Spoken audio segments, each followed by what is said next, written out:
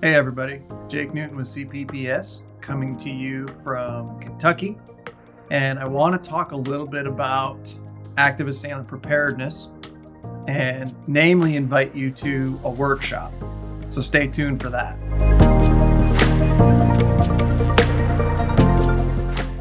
Active Assailant Preparedness, at the center we like to call it the 3 R's, readiness, response, and recovery, is a growing topic. Not the least of which is because it's causing a lot of people stress.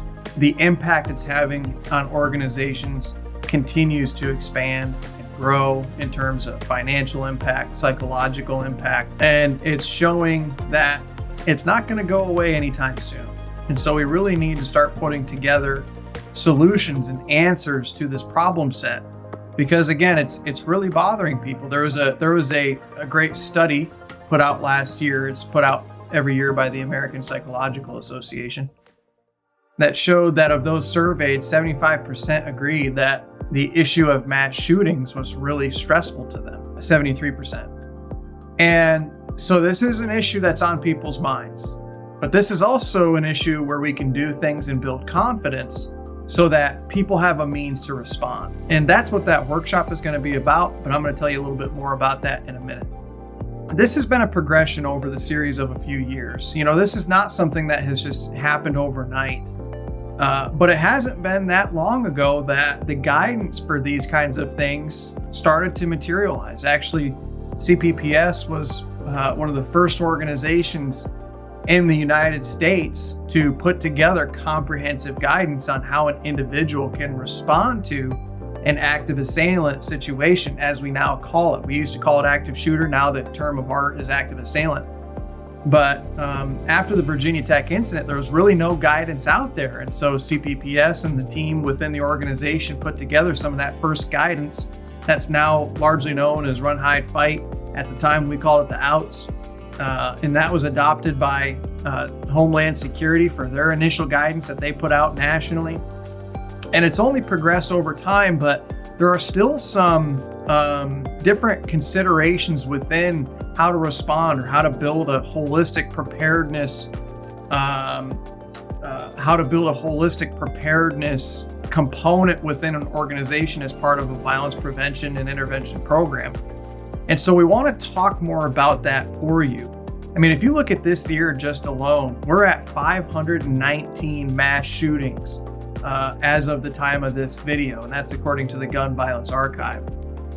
Some organizations define it, the FBI and the Gun Violence Archive and different ones define it a little differently, depending on how you're looking at it. But 519 mass shootings this year so far. That means we're having more than one a day. That is serious impact. Now, one of the things that we like to talk about in training is that we can still say these things are still remote in terms of the likelihood of experiencing them, but they're happening everywhere in society. They're happening more than ever, and they seem to be continuing to increase.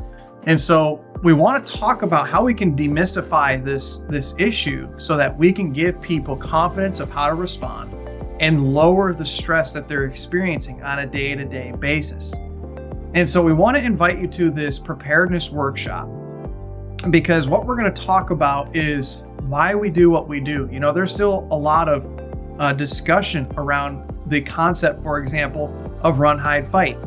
Just saying that term might cause you to feel a certain emotion or a certain opinion arise within you. Well, we want to give you our thoughts as an organization that does this over and over with our clients and has had a lot of success in terms of how we can prepare the individual as well as the organization. We want to talk about the options-based approach. And what does it look like from an organizational perspective to build a holistic program? How do you set up protocols as an organization? And how do you make it site-specific? And why do you need to do that? All of these things are part of a whole program that you as a professional can look at and go through the process and do so. So you have a comprehensive process in place.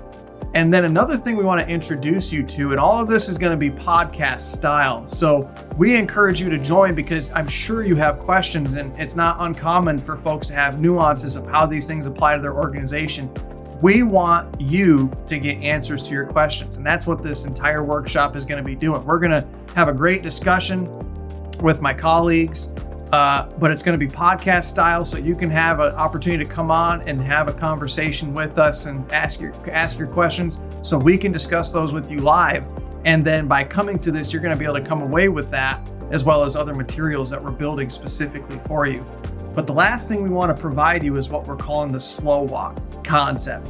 And after you build out protocols, after you build out your training and roll these things out, that next natural progression of active assailant maturity in your preparedness process, rather, is a concept that we like to call the slow walk, giving individuals the ability to look at their environment, getting more familiar with it, identifying potential vulnerabilities, and using that to inform their response options and their capabilities for if something like this does occur.